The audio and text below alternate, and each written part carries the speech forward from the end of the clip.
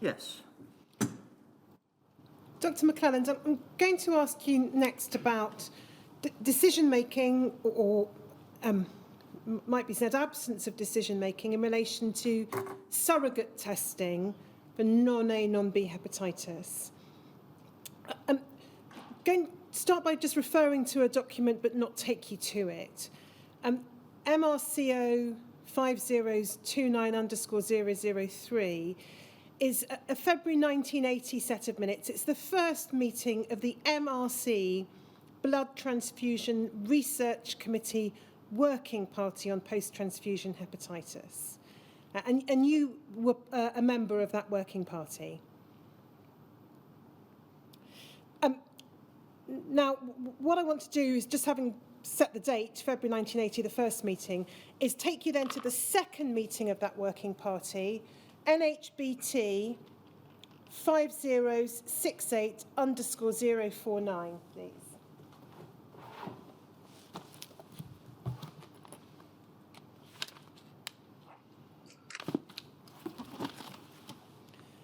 So we've got the date there, 25th of June 1981, and the list of attendees, which include you. If we go to page 3, please.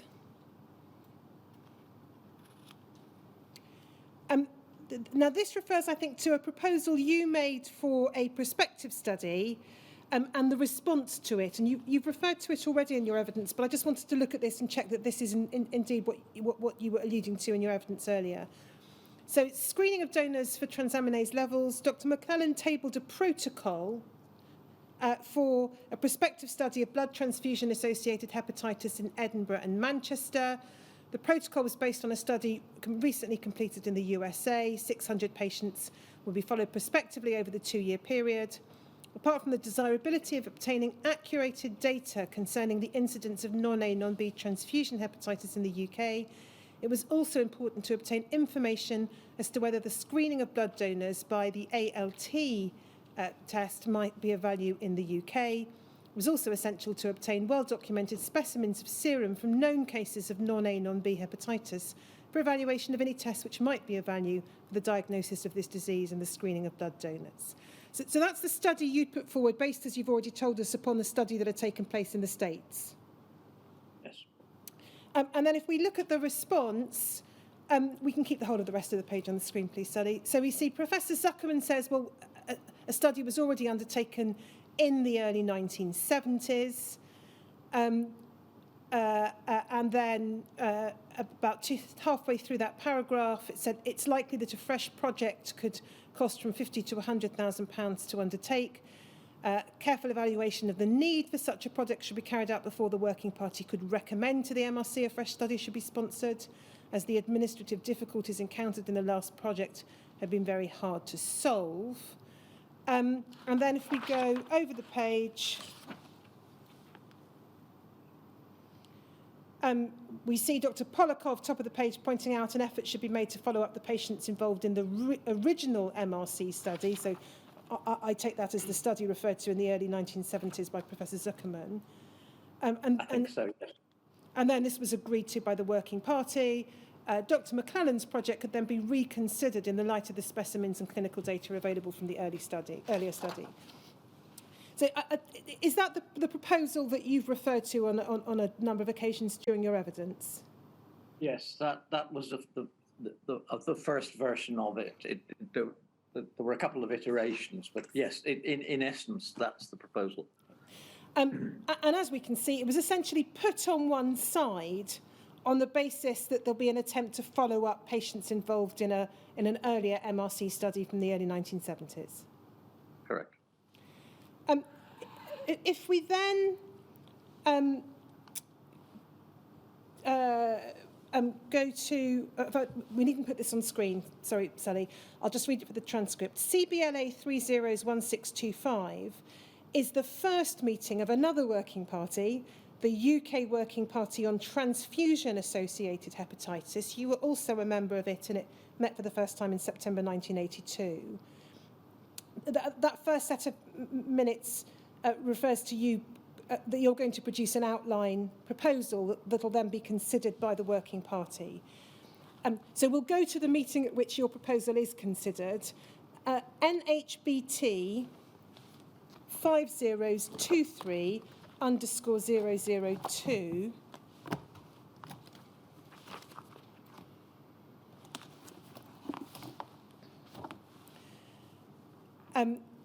So we've got the dates there, 18th of January 1983. This is the second meeting of the Working Party. If we go to the second page, we can see halfway down the page, there's paragraph 6, there's a heading TAH studies.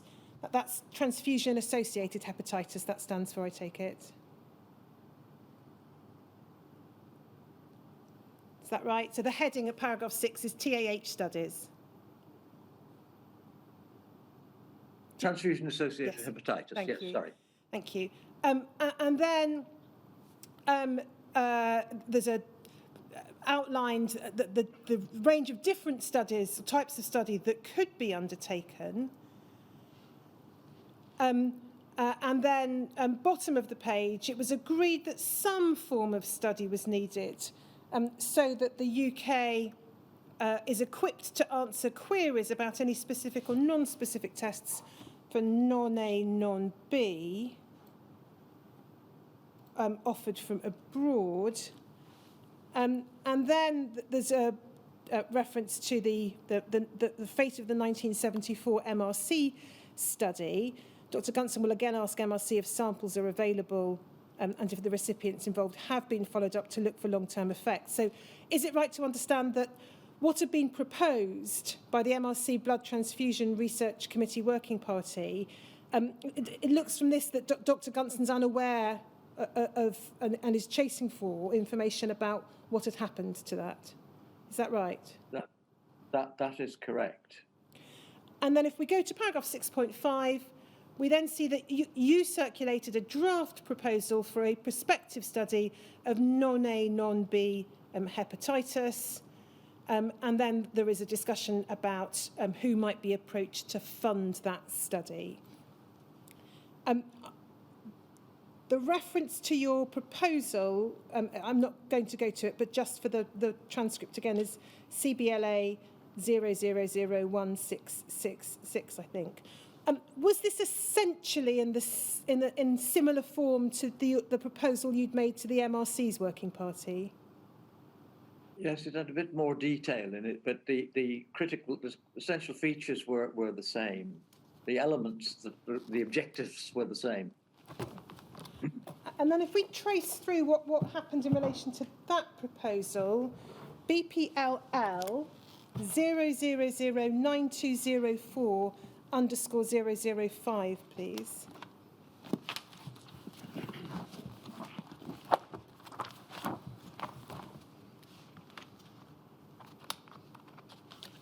So this is the third meeting of the Working Party on Transfusion Associated Hepatitis, April 1983. If we go to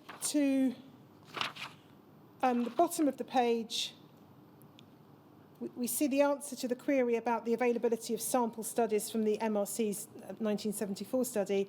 Dr. Gunson had received letters from Dr. Gibson reporting that duplicate sets of study samples had both been lost or destroyed. If we then go to the bottom of this page, Dr. McClelland's TAH study proposal, so far a source of funding has not been found. In the light of Dr. James's results, the problem of Edinburgh's likely low incidence of non-A, non-B hepatitis numbers was raised. Top of the next page. It was therefore suggested to Dr. Barbara that Edgware might provide a higher incidence area. He agreed to ask Dr. Davis and will submit a draft concerning the possibility of this. Plans for a joint study with Edinburgh might then be submitted to the MRC by the Working Party. So you haven't managed to find funding from any source for your study. Is that right? Well, no, I hadn't. And to be honest, I didn't really expect to find funding from any private sources because there was nothing in it for them. It was a study that should most certainly have been funded by the Medical Research Council. Now, the next... That's what MRC is for. In relation to the suggestion that there might then be a joint proposal as between North London and Edinburgh, did anything happen in relation to that? I never saw a follow-up proposal from Dr. Barbara. Now, the next reference I have is 1986. Before we go to that, just wanted to remind you of an observation you made in your evidence to the Penrose inquiry. You talk about the transfusion service losing sight of non-A, non-B hepatitis, post-transfusion hepatitis, from 1983 for several years. Why was that? I think everybody was extremely preoccupied with HIV, and I think that's a fairly fair expression to use, actually, losing sight of. It certainly doesn't seem to figure certainly in my recollections of that period, or in really any of the documentation that I've been able to review. So I think we pick up the picture next in terms of the documentation I identified relevant to you, Dr. McClelland, in 1986 at ARCH 0002254.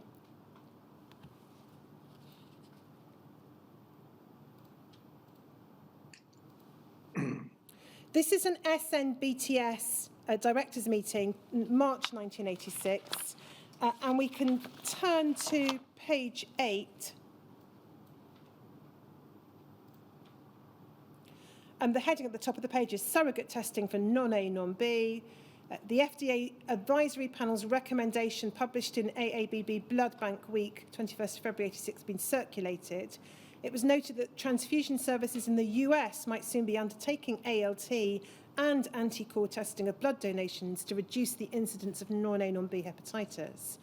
Dr. Forrester said, and that Dr. Forrester was from the Scottish Home and Health Department, I think. That's correct, yes. Said it was highly unlikely that the UK Departments of Health would fund testing based on data from the USA. But it was recalled that HBsAg and AIDS antibody testing had both been introduced without prior UK research.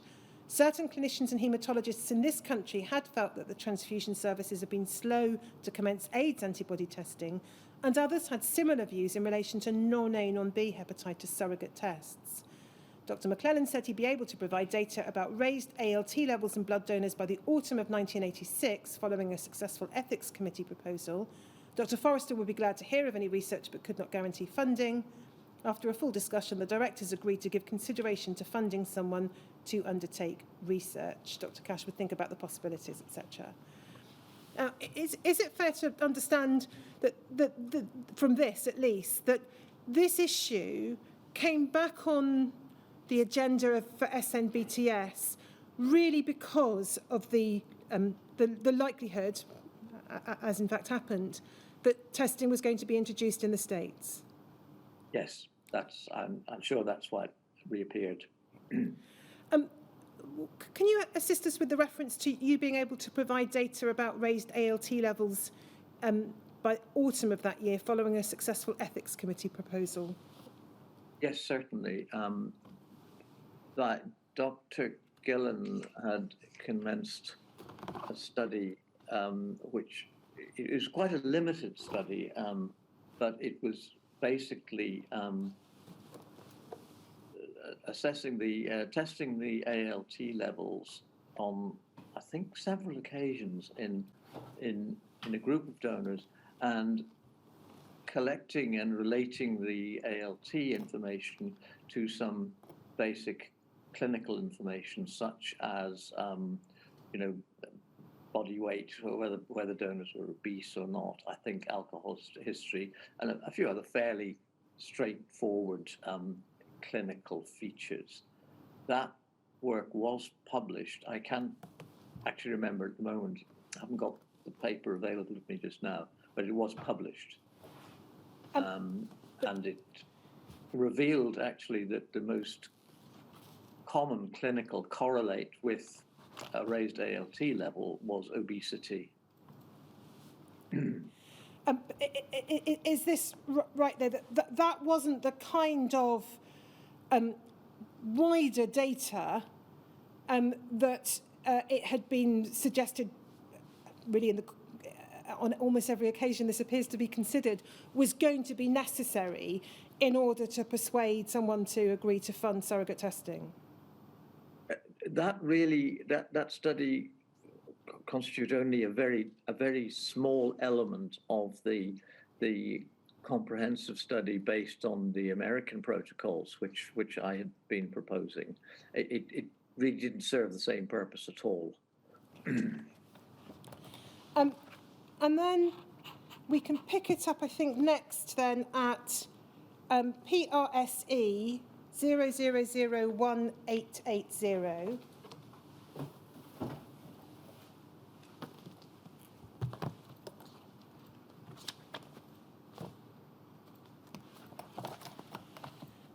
This is October 1986. Again, it's an SNBTS directors meeting. And if we turn to page 5, please.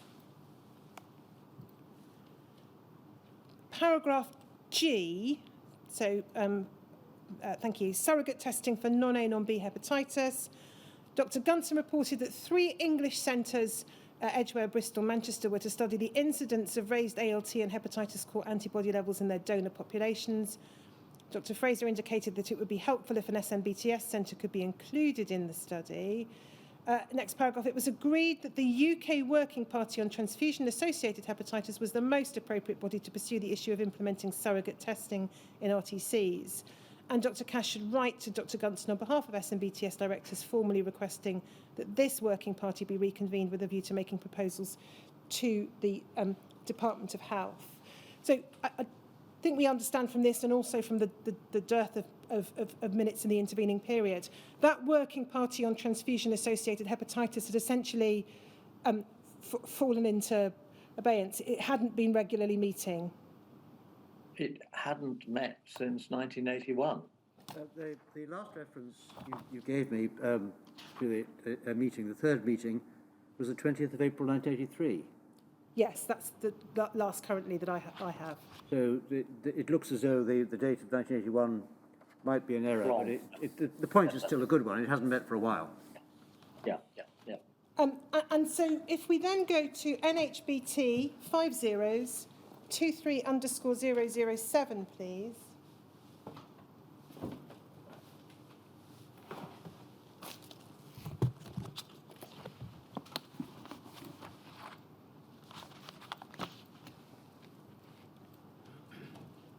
We've got here the first meeting of the Reconvened Transfusion-Associated Hepatitis Working Party, 24th of November 1986. And we can see under the heading Introduction, Dr. Gunson explained that the Working Party had been reconvened in order to consider approaches to addressing future requests to initiate routine anti-Hbc and ALT donor screening. This stems from USA initiation of such screening. And then under the heading towards the bottom of the page, there's then a discussion about anti-Hbc and ALT screening. If we go over the page, we pick it up a few lines down. It says, the Working Party considered the USA experience did not relate to the UK. The HBV rates in the USA were higher, and any non-A, non-B viruses prevalent in one country were not necessarily going to be equally prevalent in the other. B, that the limited UK data did not of itself warrant introduction of anti-Hbc/ALT screening at this time.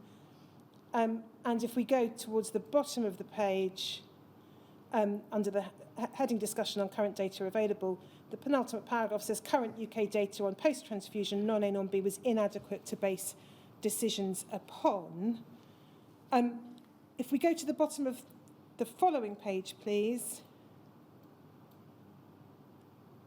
Under the heading Discussion on Proposed Studies, it was agreed that a full prospective study of a group of recipients of all transfused blood or component units along the lines of the USA TTV study would be too expensive and inappropriate in the UK.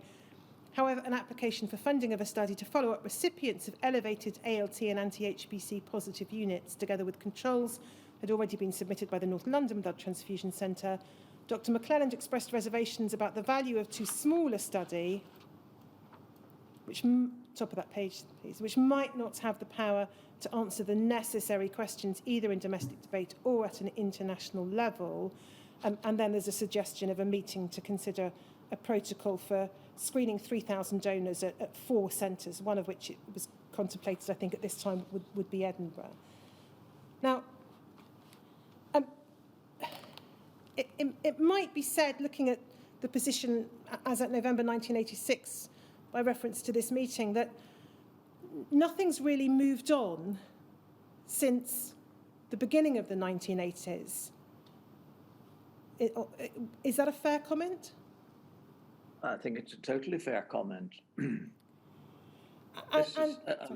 This minute records going round in very small circles, some distance away from the target, in my personal opinion. And just, again, for the transcript, but I won't go to it, there's an account by... no, I thought it was by Dr. Forrester, but in fact, yes, it is. Dr. Forrester was there. There's an account by Dr. Forrester of his views of that meeting and an internal memo. I'm just going to give the reference, PRSE 0003801. And there's a memo from you about it. Again, we don't need to put it on screen. SBTS 40370_068. But I want to pick it up next at PRSE 304163.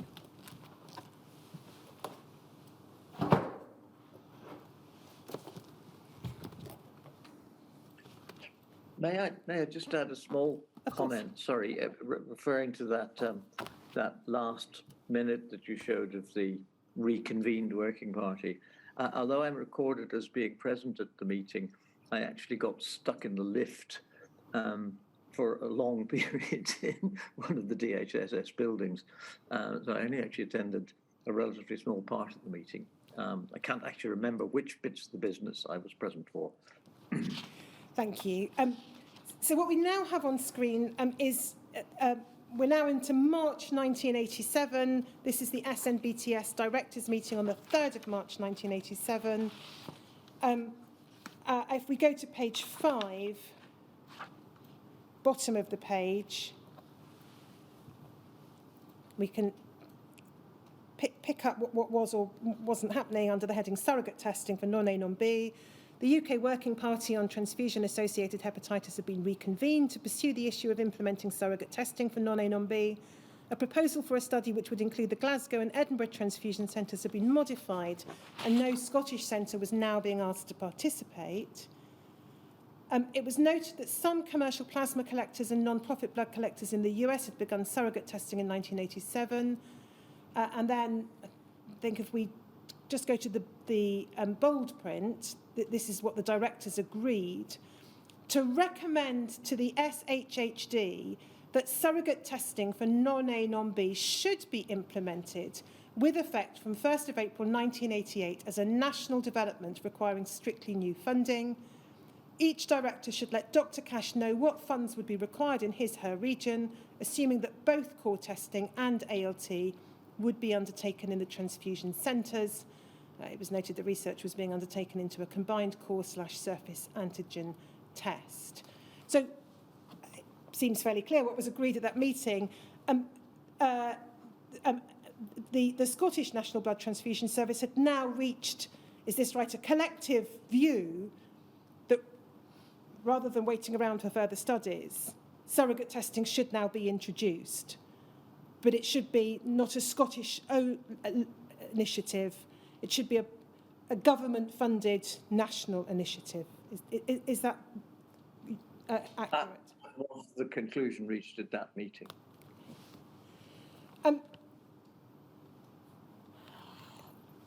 If we then perhaps look at PRSE 0001444,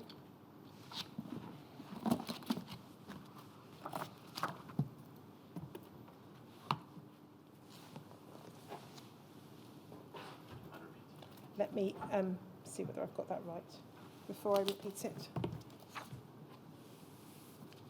PRSC 0001444.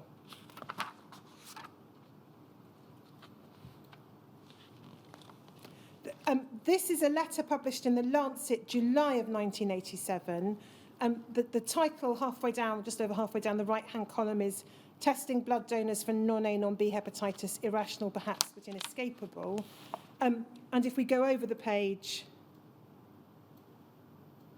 and look at in the top right-hand corner, we can see it's signed by a number of representatives of SNBTS, or authored by, including you. Now, I'm not going to read through the letter because the inquiries looked at it in detail in other hearings. I think there's reference in minutes to suggest that this may have been tabled by you as a draft at a directors' meeting in June of 1987. It may not matter, but was this a letter authored by you originally, drafted by you? And what was it that led you to write this and your colleagues to sign up to it? Well, I think I have to be honest, it was partly an element of extreme frustration at the fact that the appropriate epidemiological studies of donors and recipients had repeatedly not been done in the absence of any argument being raised against doing the study. And there had been repeated sort of utterances by all sorts of people saying what we really need is a prospective controlled study to see whether these tests work or not. By this time, we were aware that the Americans had started testing, and this letter was basically saying, well, we're too late now to do a prospective study, which I'd said right from the start would take a minimum of two years and possibly longer, particularly if one was going to include longer-term follow-up of recipients who appeared to have become infected. It was too late. I was pretty confident by that time that a specific test was lurking not all that far ahead. That was one reason we almost certainly would not have completed the study, I felt, before a really effective test would supersede any these surrogate tests. And secondly, I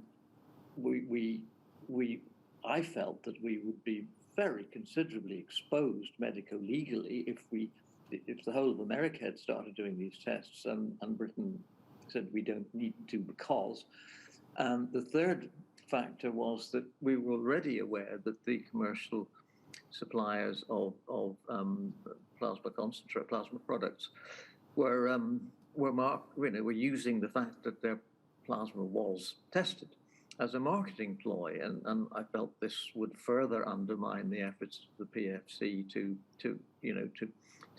gain acceptance for their products among the Scottish clinicians. I also looked in a fairly superficial way at how the cost effectiveness of surrogate testing might compare with other things that were completely accepted and established, which when one looked at them again, testing repeat donors for hepatitis B, which reveals almost nothing for a very substantial cost. So I was just trying to fire as many barrels as I could, really. And then just two final sets of minutes, SNBTS minutes on this issue. PRSE 0003650.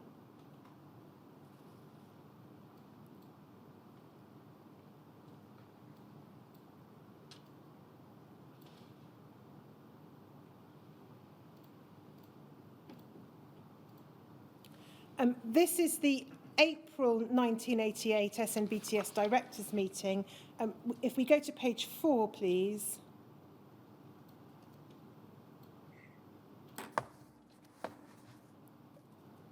Under the heading Surrogate Testing for Non-A, Non-B, if we go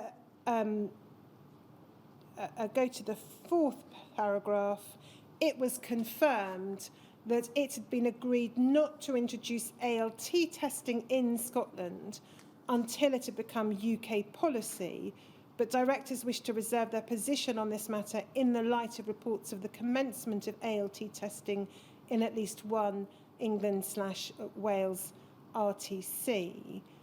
And I should have said above that there is a discussion about the systems available for anti-core testing.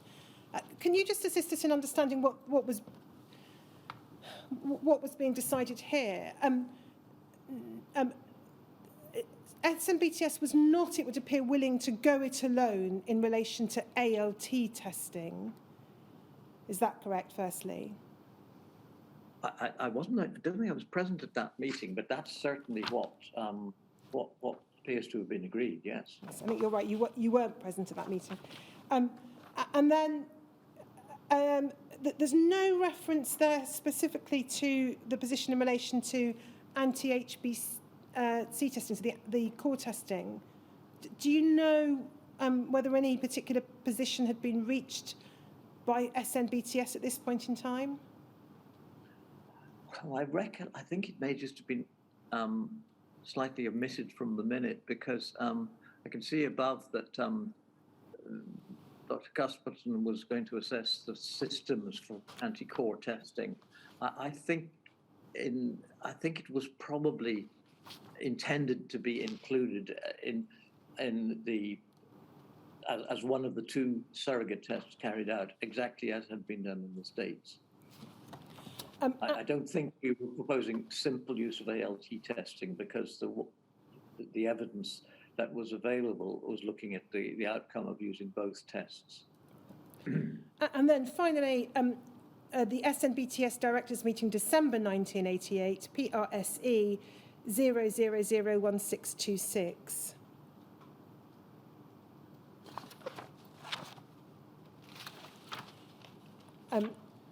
So this is 13th of December. You were present at this meeting, not, it said, for items 7 onwards, but those are not the items we're concerned with. If we go to page 4,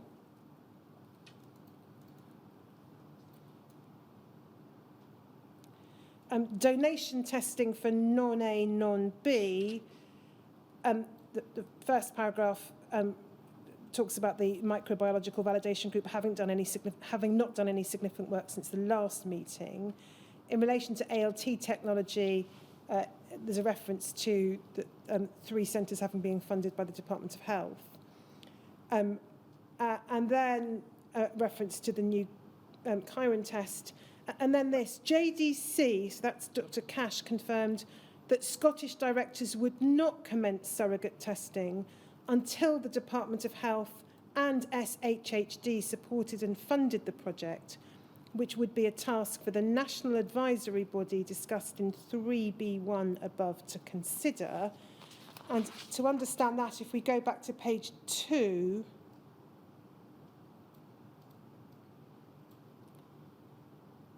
bottom half of the page, there's a heading AIDS, and the 4th paragraph after that reads, after discussion, it was agreed that UK blood transfusion services should establish a group to advise the Departments of Health on policies. It was noted that the matter was urgent since the USA would soon begin testing blood donations to HTLV1 and HG, as Dr. Gunson agreed to liaise with Dr. Pickles as soon as possible, Dr. Pickles being a principal medical officer within the Department of Health. And then the next paragraph reads, JDC and Dr. Gunson, together with the SHHD, would exert pressure on the Department of Health. So there are two relevant for present purposes issues emerging from this meeting. The first, as we can see from the page currently on screen, is the SNBTS directors deciding to recommend and to try and persuade the Departments of Health to establish a new national body or group. Can you recall why that was thought to be important? It's a recurring theme. I'm not sure if there was a specific reason. I really can't answer that. I'm sure I knew at the time, but I don't remember. And then if we return to page 4 of the document, that fourth paragraph, which I read out, it seems fairly clear from this that SMBTS wasn't willing to go it alone in relation to surrogate testing, wanted it to be a UK-wide initiative funded by and supported by the Department of Health and SHHD. Again, can you assist us with understanding why that was the position? Was it really simply down to the question of funding?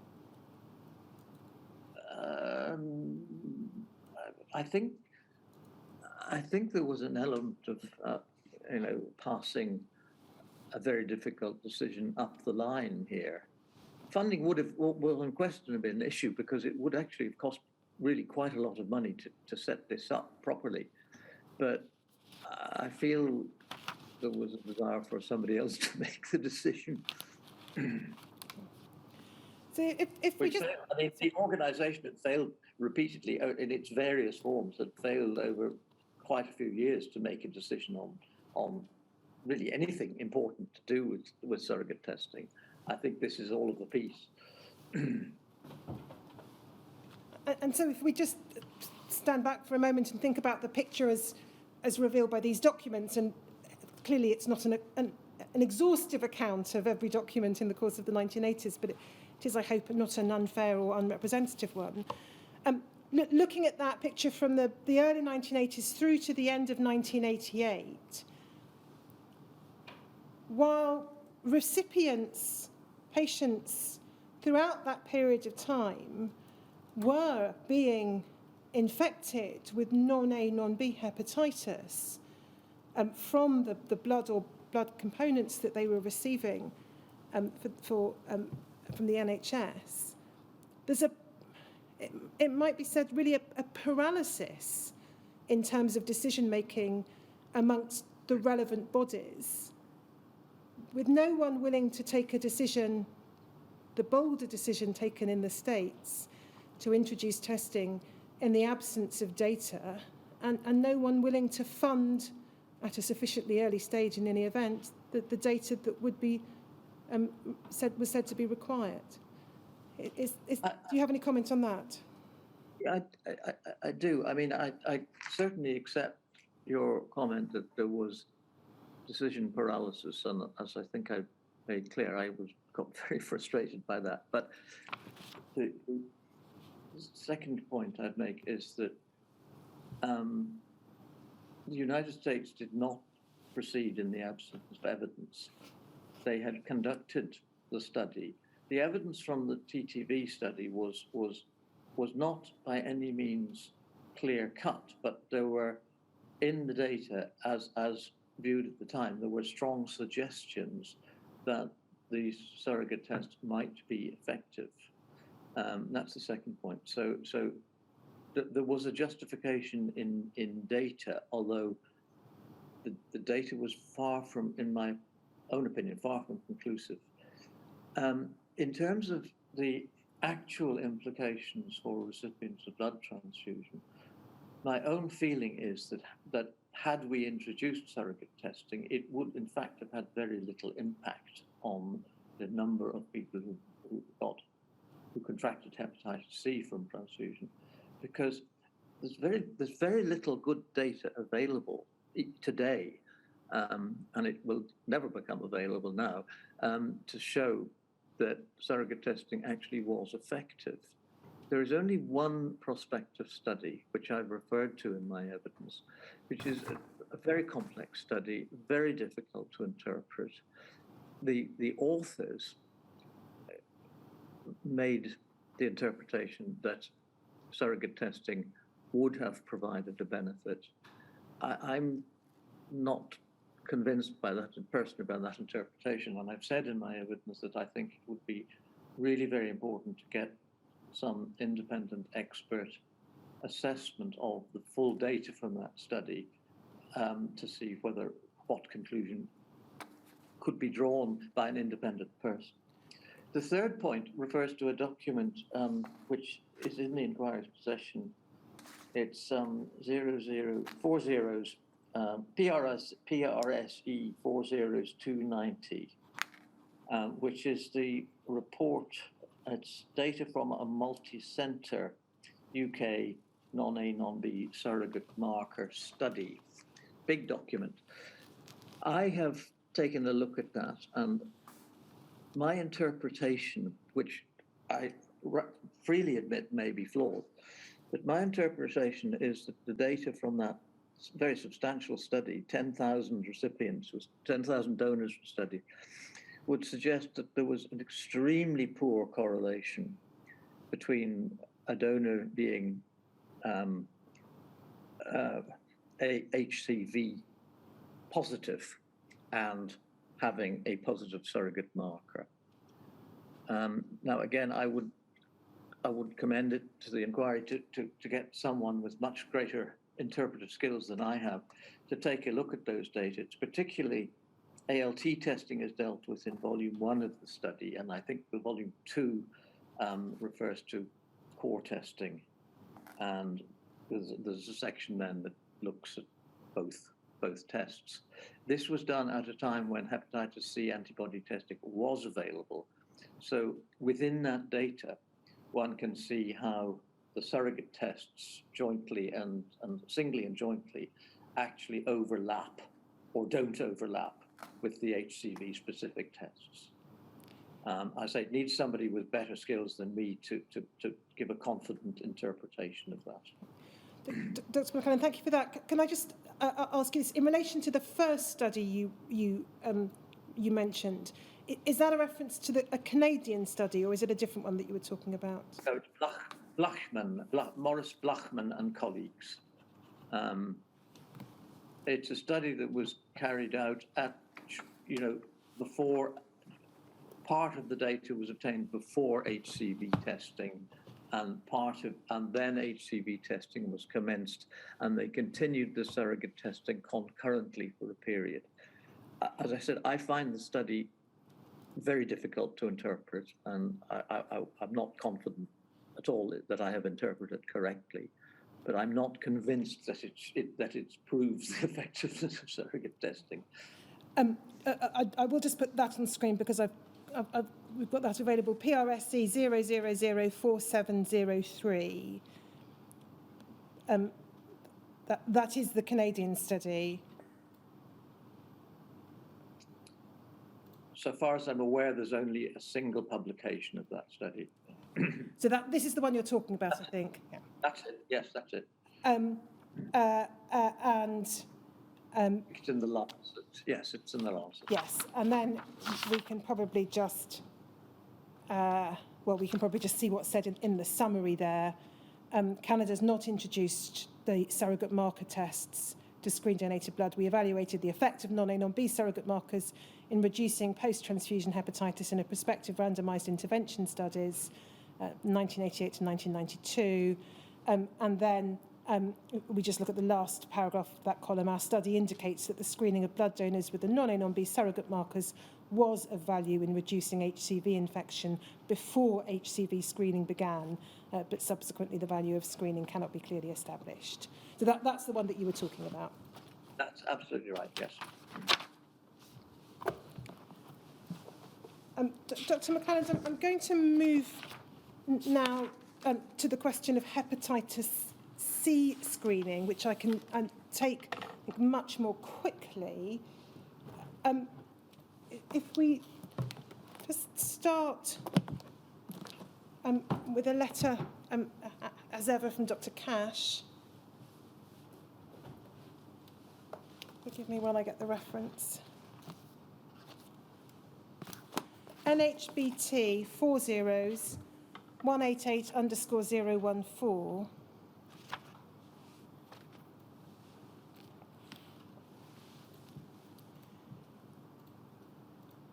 3rd of August 1989 from Dr. Cash to the SNBTS directors, including you. He says, I think it's important to keep you fully briefed, and the current salient points are as follows. 1, the decision to commence testing will be a UK one and will be made by the UK Departments of Health. 2, the start date for commencing full testing will, as with HIV-1, also be a matter for central government decision with, of course, appropriate consultation with the UK BTS directors. Now, we don't need to look at the rest of the letter. Other witnesses have told us they too viewed this as a decision for the Department of Health, and Department of Health documentation may suggest the same. But why was this regarded as being a decision that had to be made by the Department of Health? Just excuse me for a moment while oh, you're back. Sorry, we lost video for a moment there. Sorry, your question was my view this a decision for the Department of Health? Yes, which didn't ultimately fund the introduction of the testing. No, well, and that was crucial, because in England, of course, the Department of Health said, well, it's the responsibility of the regional health authorities because they fund the BTS and we give them money to do that. Scotland was rather different because we would have to obtain funds from the Scottish Home and Health Department, which would normally, I think, have been expected to act in synergy, in lockstep with the department in London. I mean, at some point after the event, I learned that actually the Department of Health, the Scottish Home and Health Department, actually had allocated funding considerably before the matter was resolved in England. I don't have the documentation of that, but that is my recollection of learning that from somewhere. But leaving aside the question of funding, if one can, why couldn't a decision about introducing hepatitis C testing simply have been made by the blood transfusion services themselves, whether the Scottish National Blood Transfusion Service or the National Blood Transfusion Service in England and Wales? Why did they need the decision to be taken for them by the departments? Well, the simple and given reason was that this, again, was going to cost a very large amount of money, which would be essentially continue indefinitely. Had we made a unilateral decision, even if it was made by all the transfusion directors to start testing, it would have created an extremely difficult breach in relationships with our sole funding authority. They would have had to fund it. I think there's little doubt that if we had all said that to a man, we're going to start testing and you just find the money, for reasons of public relations, they would have had to fund it. But it would have been a very combative action to take, and I'm sure we would have paid for it in the long term. I'm not saying that's an excuse, because as you know, I mean, at least one director just decided that it was his professional and I guess almost ethical duty to start testing earlier, and he did, and got into a lot of bother as a result. I have to say that, you know, it's a discussion that I had with Dr. Gillen, possibly other colleagues, on a number of occasions as to whether we should just push the boat out and take our chance. Eventually, I decided that was perhaps a step too far. We had by that time, I think that, yeah, no, I'll pause there. I think, to be perfectly honest, I probably didn't have the guts to do it. I think it might have gone fairly badly wrong if I had. I'm not going to go through the chronological decision-making story with you. We've explored it to some extent with other witnesses. We'll be no doubt exploring it again, in particular with government witnesses at later hearings. I just want to mention one document and then show you one document and then ask you about it more generally. So the document I'm going to mention, so we don't need to put it on screen, is PRSE 0001562. It's a letter from Dr. Bolton, February 1990, copied to you, saying, or setting out his view essentially that this should be introduced at the earliest opportunity. I think it's probably clear from the evidence you've given in writing that as a sentiment you agreed with that it should be introduced as soon as possible. absolutely true. And then the document I want to ask you to look at is PRSE 0001759.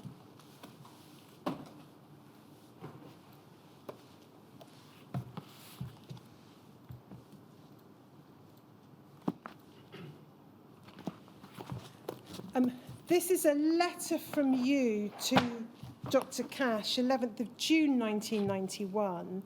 And you say this: I propose to request that this item, hepatitis C testing, be discussed at some point when we're together for the forthcoming board meeting. The recent newspaper and television attention has emphasised the importance of being able to make enhancing and positive statements about the completeness of the safety testing carried out on our blood donations. The fact that some centres are carrying out testing, albeit on a large pilot study basis, leaves us in a very exposed position. I would like to be reassured that we're taking the correct decision, both professionally and medical legally, to stay in line with the positions of the majority of English RHAs. I think this is in fact what we are now doing, rather than abiding by a Department of Health policy, because it seems to me that de facto may no longer be a Department of Health policy in this area. Now, this is, I think, around the time I think it's a little after Dr. Lloyd's written his letter about introducing testing in the Newcastle Regional Transfusion Centre. But what was your concern here? Well, my concern was that time was passing. By the date that I wrote this letter, the tests were available and had been, I think, pretty satisfactorily tested. I mean, there was no, I think by that time, there was no basis for arguing that the available tests were not fit for purpose. They might improve later on, but they didn't have gross problems with false positivity or false negativity. And I think that quite a number of other centres had all, I have to check my dates, but I think quite a lot of other parts of the world had actually commenced testing by that time. So we were well behind the game, I felt. And it was, again, written out of frustration and a desire to try and get the ball out of the long grass, really. Now, you said in your statement of this inquiry that your oral evidence to Lord Penrose essentially conveys your views about the delays or failings in the process leading up to the introduction of HCV screening. What I just want to do is just show you some of the passages from your oral evidence to Lord Penrose, not least because, although you may be familiar with them, not everyone who is listening necessarily will be. So it's PRSE 0006069, please.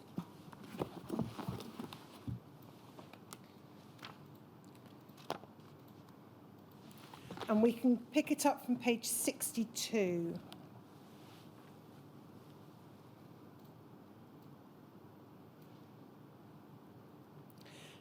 So line 4 sets out what you'd said in your written statement to Lord Penrose. I agree that there were failings in the process leading to the introduction of HCV screening. You were then asked to elaborate upon that, and I'm just going to read out what they're set out. So this is from line 9 onwards. I think the failings essentially were the results of whatever went wrong. Let me put it that way, that there were a number of occasions, certainly one very specific occasion, when I believe it probably would have been possible for the whole of the UK to start testing, or for an earlier, I mean there were various test sites, but for an earlier initiation of testing. Something happened, and it appears to have happened, at least been manifest, at the ACVSB, that's the Advisory Committee on the Virological Safety of Blood, that said we have to wait until we have these better kits. That's one specific example. There is plenty of evidence of stalled decision-making before that. It's slightly less clear to me whether if decision-making, and again it's largely around the ACVSB and the ACTTD, I think, originally an earlier start date had been mooted and had even, I think, been, top of the next page, proposed or agreed, and each one seemed to disappear and slip for reasons which really are not particularly clear. And then if we pick it up at line 11 on this page, was it possible to start testing earlier in terms of the availability of the relevant equipment and machinery and test systems? The answer is clearly yes, because a number of countries in Europe did. So to me, the question is, what is the nature of what are the elements that mean that the Netherlands and Finland, for example, relatively small countries, could start very quickly, whereas the UK, for some reason, couldn't? I say the UK, I'm not saying Scotland. I think the question of whether Scotland could have or should have started before England's a different question. But something about the nature and functioning of the institutions concerned in the UK was profoundly different and led to it actually being one of the last countries to institute hepatitis C testing. And then I'll just pick it up.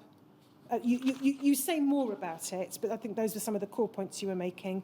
And then if we pick it up at the bottom of page 67,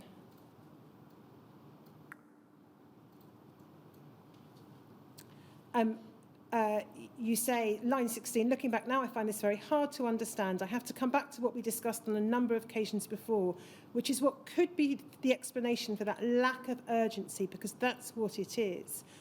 I think it has to go back to this perception that non-A, non-B hepatitis was an American problem.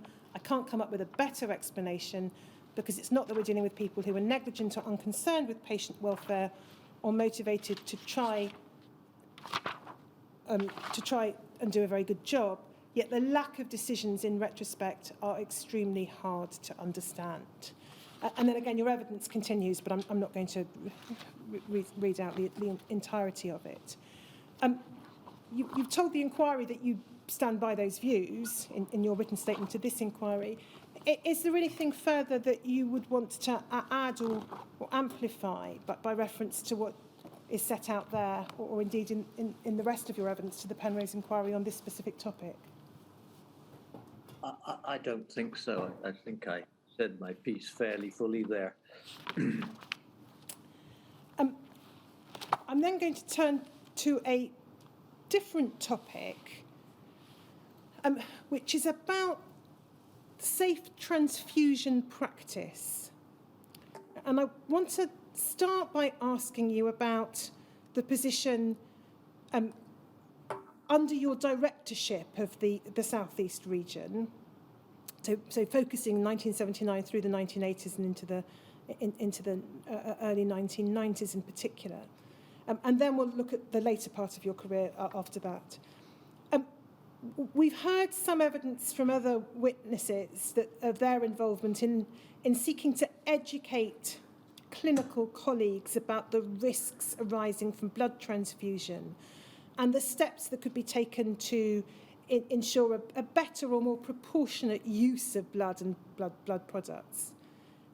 What was done by you or by the centre under your directorship to promote safe transfusion practice or educate others about the risks? I just preface, I would say that, my preoccupation was not simply about educating patients about the risks, which was only one side of it, was really trying to take action that addressed the various elements of the whole process, which goes from the point you recruit the blood donor to the moment the patient, and beyond the moment when the patient has been transfused, when arguably you should continue surveillance of some kind to ensure that you know what the results of the transfusion were. So it really, I've always viewed it as a process which leads from donor to patient, and there's a front end even before the donor is bled, and there's a back end after the patient is transfused. And I suppose looking at some of the specific things which kind of encouraged and pushed me in the direction of giving more and more attention as time went on to this area. Perhaps the first one was a document which a job which is represented by a document that I'd submit to the inquiry as an exhibit, which was very early in my career when we had, for other reasons, really done quite a large survey of surgeons and anaesthetists in the south of Scotland.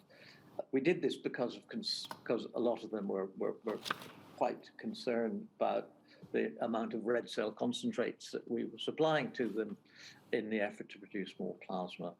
And some of them, particularly anaesthetists and particularly in the Royal Infirmary, found they were having real problems with infusing the concentrated red cells, which are viscous.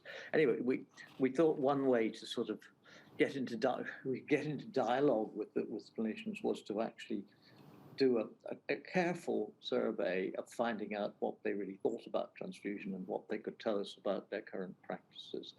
Now, one result from that was that we realized there were very striking differences in the quantities of blood that different individuals told us that they required for the same type of operation.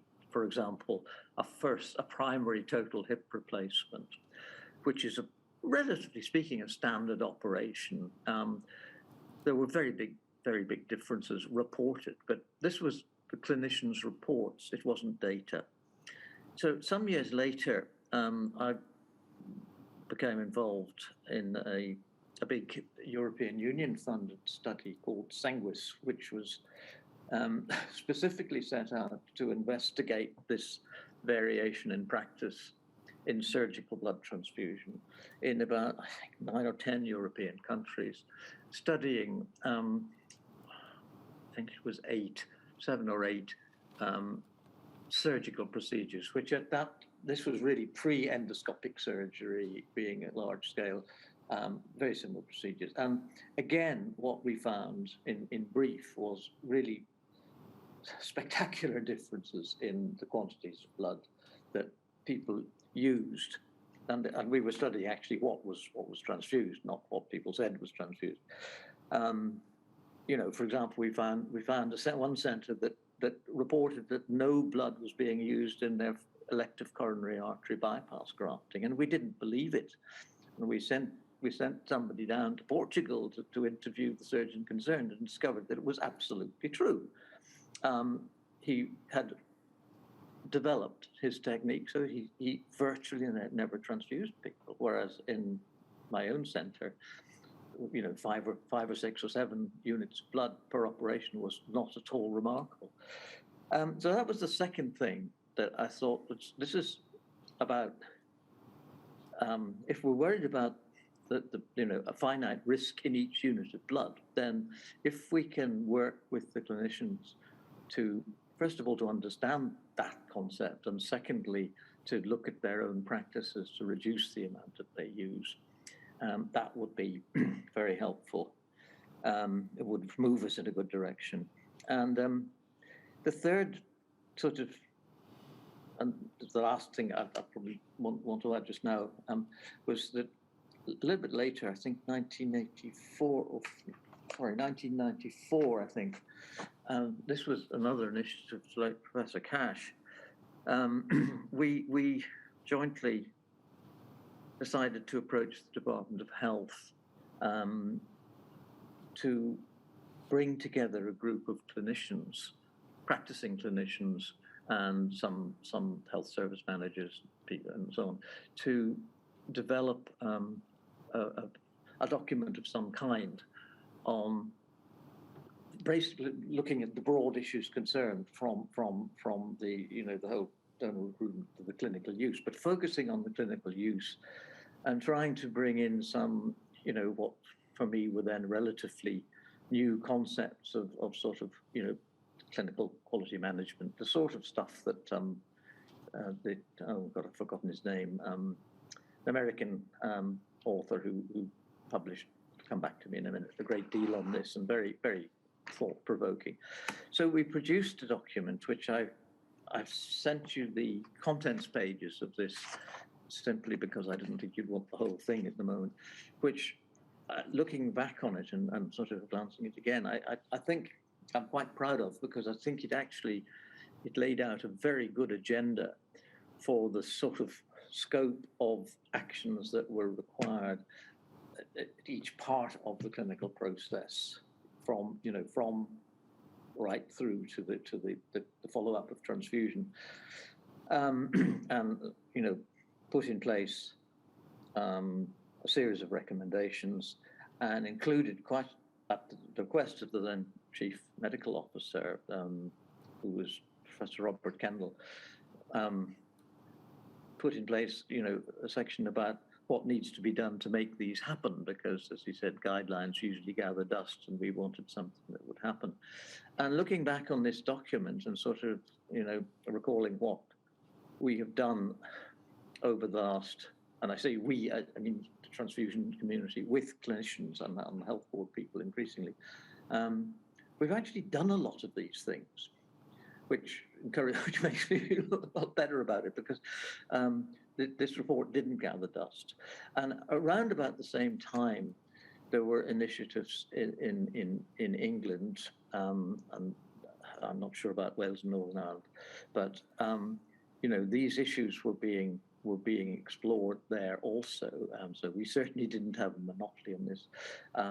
The SHOT initiative, which you've heard about, was very material in identifying and beginning to sort of quantify and analyze things that could go wrong with transfusion, which were many of which were considerably more, probably caused considerably more morbidity than transfusion-related infection, referring to the whole blood recipient, not leaving recipients of coagulation factors, because I think there's a slightly different discussion.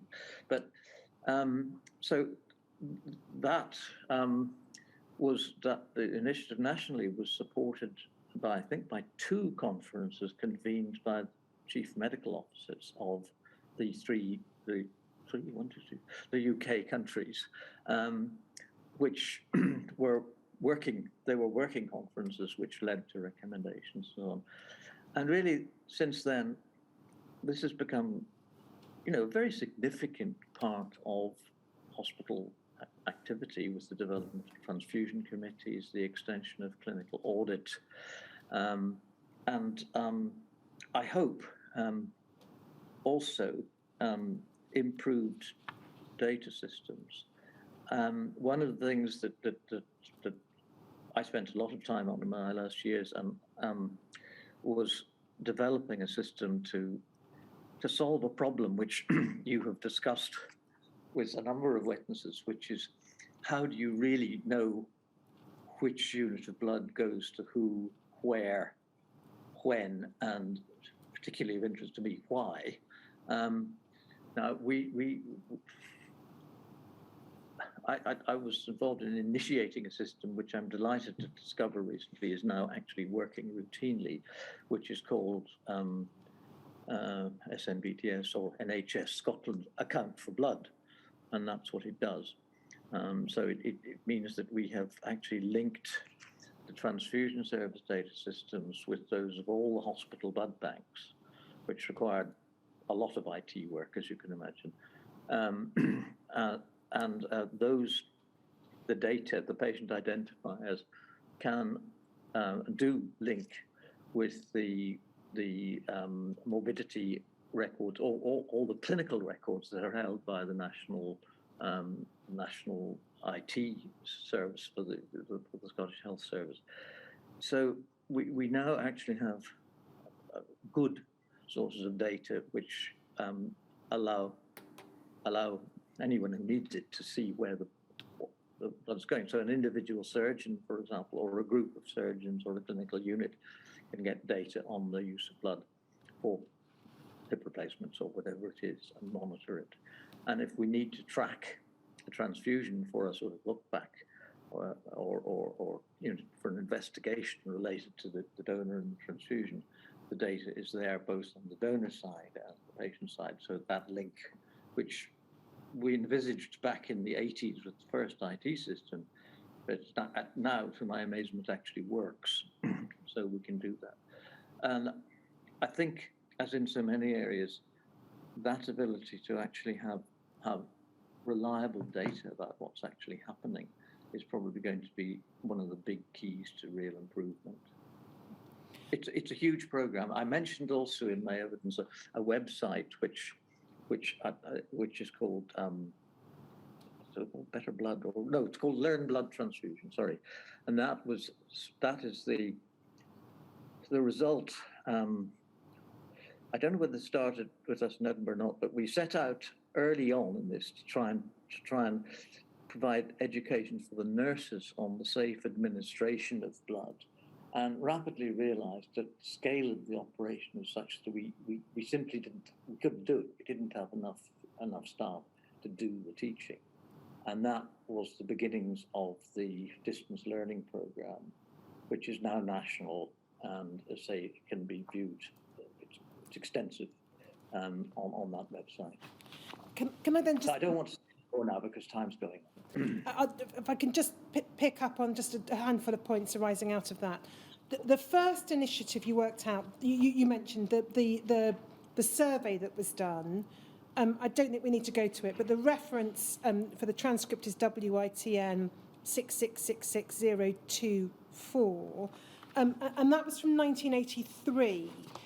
I just wanted to ask you about one recommendation that emerged from that. There was a suggested action from the study, which was the establishment of a transfusion committee. Yeah. Now, was a transfusion committee established in 83 or thereabouts following that survey? It was, but it didn't prosper, I have to say, initially. The environment wasn't quite right for it. The transfusion committees began to become a norm established a few years later, and I think as individuals and hospital administrators, people realised that other hospitals were doing this, it became a bit easier to get people to cooperate. I mean, it has always been, in practical terms, in my time anyway, quite difficult sometimes to maintain good levels of attendance, because it requires busy clinicians to be there, and they always are busy, and nowadays they are unconscionably busy. But yes, the first attempt in Edinburgh did not take off. It was some years before I would say we had a functional transfusion committee, and one of the reasons that they now function better is because we, as part of this whole initiative, a whole sort of new team of transfusion nurse specialists were appointed, who really now, I think, in most hospitals they're the experts in transfusion, actually, and there's enough of them to get around, support the transfusion committees, deal with problems as they arise, report to shot, and they fill a gap that needed to be filled. Dr. Galea described to the inquiry a system of maximum surgical blood ordering schedules. Were you aware of that system, and was that something that was introduced at all in the southeast region? Oh yes, that term was originally introduced by I forgot his name now, a chap in the United States ages ago. Yes, everybody had one, but the point really to mention about this is that they addressed, or was an attempt to address, an extremely difficult problem about providing blood in a clinical context, which is that blood, you need, for some situations clinically, you need to have blood available, even though you hope that you won't use it.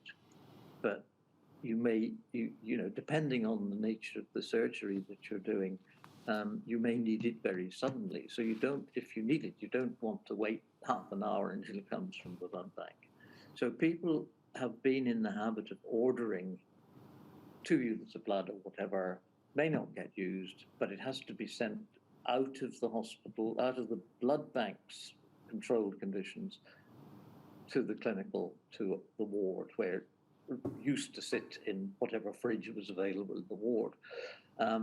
and then if it wasn't used, there was a real issue about the safety of returning it to stock. And as a result of that, an awful lot of blood was wasted.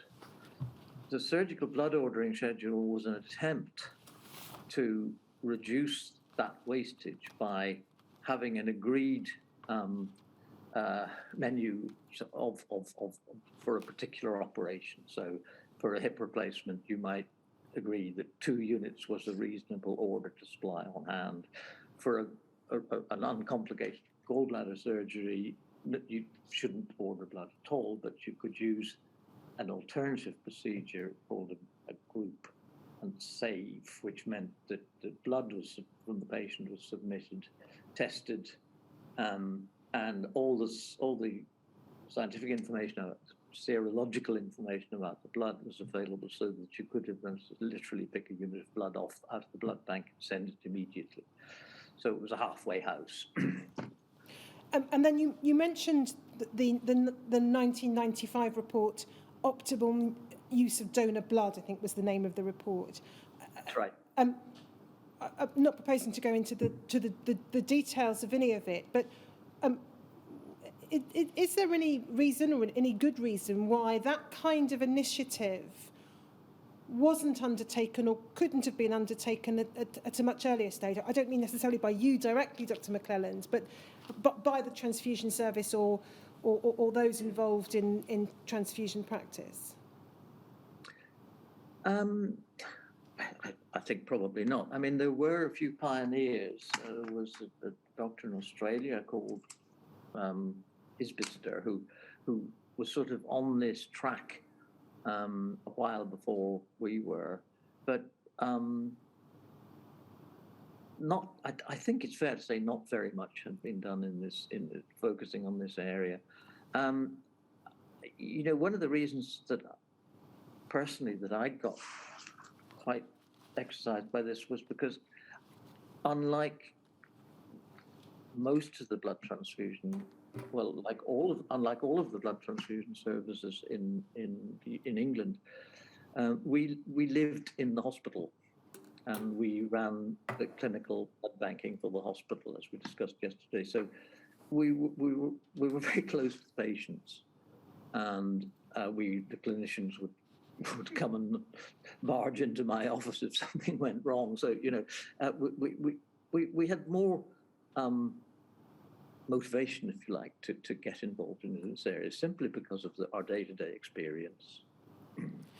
And then you mentioned some initiatives from the chief medical officers. I'm not going to ask you anything about those now, that the inquiry is going to be looking at these issues in the course of hearings in February. But again, for the benefit of those listening, I think those are probably the initiatives that were known as the better use of blood in the NHS and better blood transfusion.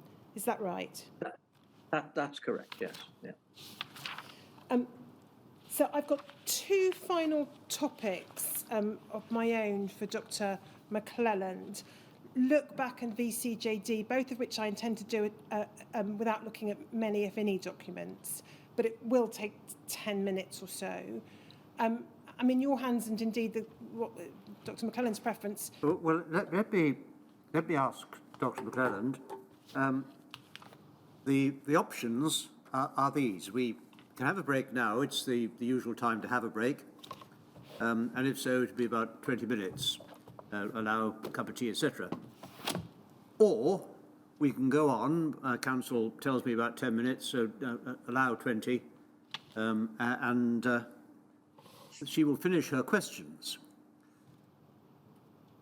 If she finishes the questions, then we'll take a break. Then that break will be a bit longer than 20 minutes, because during that break, core participants are allowed to put questions through their legal representatives to council, and she will ask you those questions when we come back. And I can't tell you how long that will be. It could be short, it could be long. I suspect you've raised quite a number of interesting topics. There might be a few questions which you're going to be asked. If we break now, she'll come back 20 minutes, then we'll go off again about half an hour then. So overall, it's probably quicker to start, to continue have a break, just the one break, and then finish, however long that may take, rather than have the two breaks, which breaking now would involve. But it all depends how you feel and whether you're happy to forego your break for 20 minutes. I would prefer to carry on now if that's acceptable. Well, so would I. So let's do that. So I'm going to ask you about the look back, really at a very general level of what was and wasn't done, nothing in terms of detail. And we've already heard from Dr. Gillen about the pilot study or pilot look back exercise in the southeast region, so I don't need to ask you about that. Dr. Cash wrote to you in 1990, we can look at it if necessary, but I don't think anything terms on the precise terms, saying that he discussed look back with Dr. Gunson and agreed it wouldn't be appropriate to start a systematic look back. And we know, of course, that there was no national look back, leaving aside your local pilot study, initiated until 1995.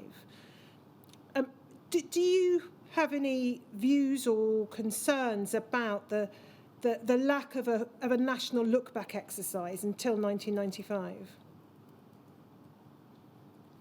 Well, I think, my views are probably fairly evident that Jack Gillen and I just assumed that this was what we would do, and we called it a pilot exercise for cosmetic reasons, because there was an awful lot of heat and not very much light being generated over this topic, and I really don't understand. I never understood why. I remember attending a meeting in the Scottish Home Health Department with Dr. Gillen and Dr. Cash and Dr. Aileen Keel and somebody else, one of the senior administrative officers there. And it was, well, Dr. Cash was very heated, I have to say, about the fact that I had made it plain and Jack had made it plain that actually this was part of our routine practice, and we'd done it for HIV. We never thought about not doing it for hepatitis C, and we published it as a pilot, but it was our routine, and I really don't understand. Well, let me rephrase that. I think a sort of, it would have been good practice for it to be done throughout the UK transfusion services. I do understand to some extent the reasons why they were very reluctant to take it on, because first of all, most of them were dealing with much bigger populations than we were, so the scale of the problem, the scale of the work that they would have to undertake was greater. And secondly, they didn't have the advantage that we had, that a large proportion of our blood actually was going to hospitals where we had close contact, and we had, by that time also invested some effort in trying to develop our IT system to help with tracing to the hospital and patient level. I have to say that was at the time that we initiated the hepatitis C look back. That technology was very rudimentary and didn't work particularly well, but that was the direction of travel. So we had smaller numbers of recipients to track, and probably we were a little bit closer to the hospital's information than most of the English centres were. I mean, I would not want to sound critical, because somewhere like Edgware had a huge number of very, very large hospitals to deal with, and it was a pretty back-breaking task to do the look back. I've just, for completeness, I would say that the one of the reasons for that I was so keen that we developed this tracing system through the blood banks to the proper patient data was precisely so that we would not have that excruciating problem of trying to ferret through hospital records and so on, that we could, if we needed to trace a recipient, we could just do so. Did you, from any of the conversations you had or the meetings you attended, ever get a sense of whether a fear of litigation, a concern that if people were traced through a look-back exercise and told they'd been infected by the NHS, that claims would be brought, whether that was a feature in the decision-making process of not holding a look-back? I have no recollection of ever hearing that alluded to in any way. But all I could say is I didn't. I have no recollection of sensing that was a factor. My final subject for you, Dr. McClelland, is VCJD. You were, over the years, involved quite closely in deliberations about VCJD and what measures to take through your membership of two committees. I think the Standing Advisory Committee on Transfusion Transmitted Infections, SACT, and MSBT, the Advisory Committee on the Microbiological Safety of Blood and Tissue. Is that right? I don't know that I was that closely involved. I certainly had had some involvement relatively early on in the whole CJD saga. I think I said in my evidence that when shortly after Dr. Mark Turner, who you've met because he's now the director where I'm sitting, so shortly after Mark became a consultant here, he'd set off with a particular research agenda, and I actually asked him to, which was a big ask, to change course and really for a few years major on CJD, because I just felt we needed somebody who could really get their head around it. So from that time on, to a large extent, I left it to him, and so my involvement was over a relatively short period when I tried on a couple of occasions just to contribute some ideas to the discussions at these committees. I don't think I was ever personally involved in, the later more practical aspects of trying to track and study the epidemiology. There was others who worked extremely hard on that, but I did not contribute to that effort. There are a number of measures that were contemplated in relation to VCJD and the blood safety, leukodepletion, importation of plasma, and so on. I'm not proposing to ask you about any of those because either you weren't closely involved or we have other evidence from others. Just wanted to ask you about one measure and then just a couple of more general questions about the decision-making process in relation to VCJD more broadly. One of the measures that was considered from an early stage and then revisited from time to time was deferring or excluding donors with a past history of blood transfusion. I'm just going to give a reference. I don't propose to take you to it. It's DHSC 0004026_033, which is a June 1998 MSBT meeting. Now that issue is returned to on a number of occasions over the following years, and I think occasionally there's a paper that you contribute to that, along with others, where that's one of the measures that's considered. It's finally January 2004. When an extraordinary meeting of MSBT decides to recommend the exclusion of donors who were certain they'd received transfusion. Again, the reference to that is NHBT 0035101.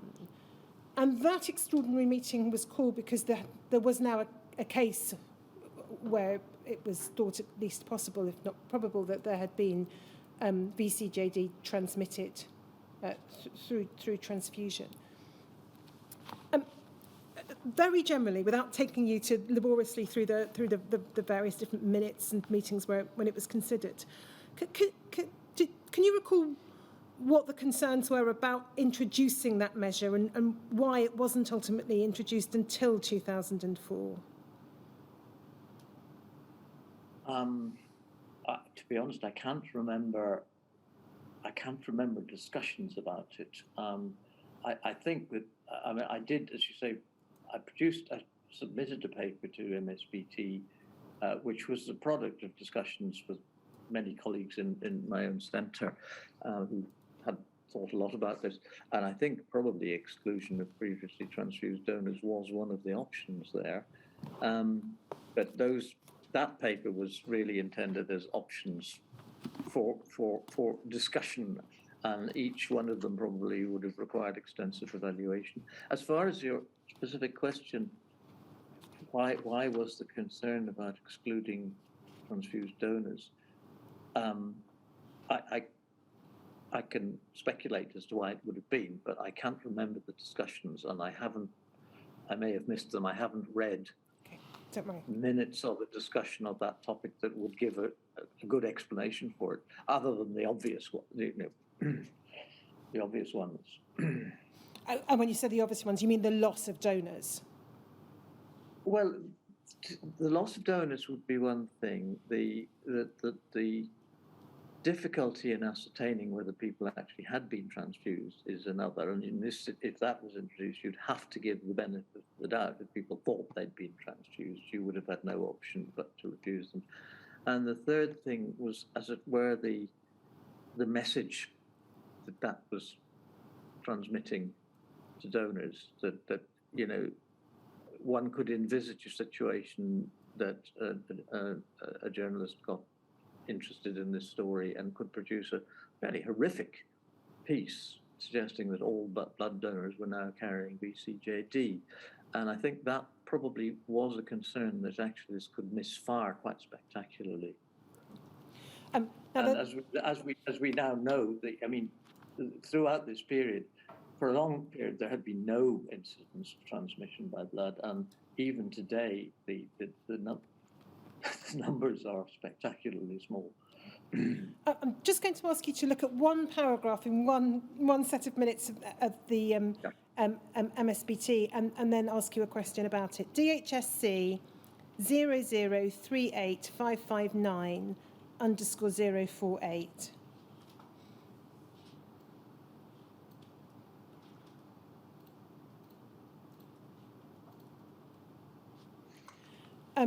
So this is another extraordinary meeting of the Advisory Committee for Microbiological Safety of Blood and Tissues for Transplantation, MSBT for short, 29th of June 2004. And the reason why there is this unscheduled meeting, I'm sorry, we can see that you're recorded there as present as a member of the meeting. The reason for this unscheduled extraordinary meeting, we can see from the bottom of the page, it says recent events had led to the convening of this unscheduled meeting of the MSBT to discuss the implications of a second case of possible transmission of VCJD by blood transfusion, and then it refers to the January extraordinary meeting, which had considered the first case. If we can just go to page 3 and look at paragraph 10 at the bottom of the page. So we don't need, thank you. So paragraph 10, it says this: MSBT was asked to reconsider the policies for blood transfusion and risk reduction in light of these new findings. This case confirmed that the committee had been right to advise the implementation of a raft of precautionary measures based on the assumption that transmission by transfusion was possible. Now, I flag up that paragraph, that sentence, because there were quite a lot of references in the minutes of the meetings of MSBT in the context of discussions about VCJD to the idea of taking a precautionary approach.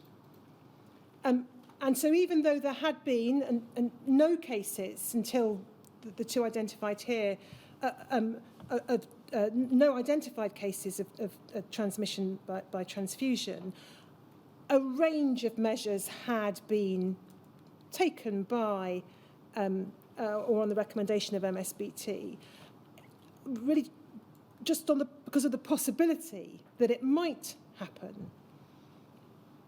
Standing back and reflecting on your involvement in relation to decision-making on VCJD and the approach taken by the MSBT, as against your involvement in knowledge of what was decisions that were being taken throughout the 1980s in relation to hepatitis and HIV, was there a different approach by the time VCJD came on the scene? This much more precautionary approach?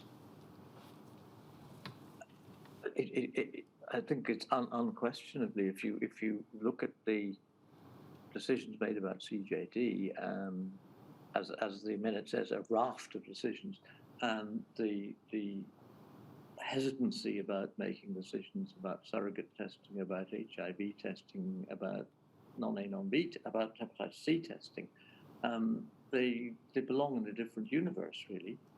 And the only thing I can, and I can't explain that. I can hypothesize that one of the reasons for the extremely precautionary reaction to CJD maybe relates to the castigation of the Departments of Health and that was contained in, I think it was the Phillips report on the bovine CJD, which really did tear into the decision-making process in a pretty fierce way. Now, that didn't map onto the other decisions in the same way. It seemed to be, although that the Phillips report I can't remember what date it was, but I think it probably preceded the debates about hepatitis C testing, most certainly, and yet that precautionary sense that seems to have been engendered in relation to CJD is not visible in the other debates. My other speculation is that these spongiform encephalopathies, I think, scare people.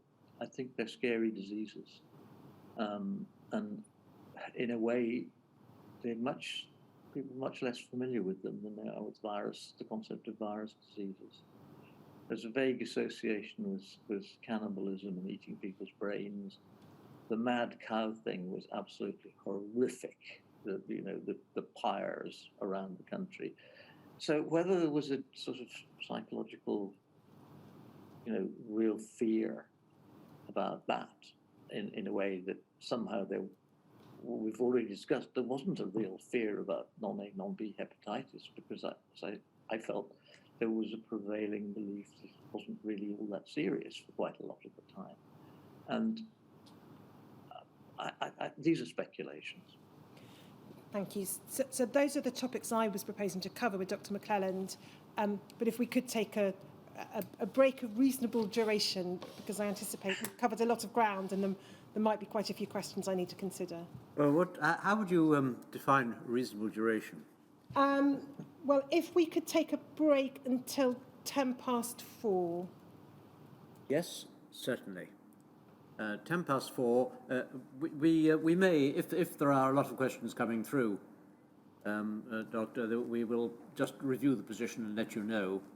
But okay. Otherwise, 4:10. Thank you, sir. Thank you.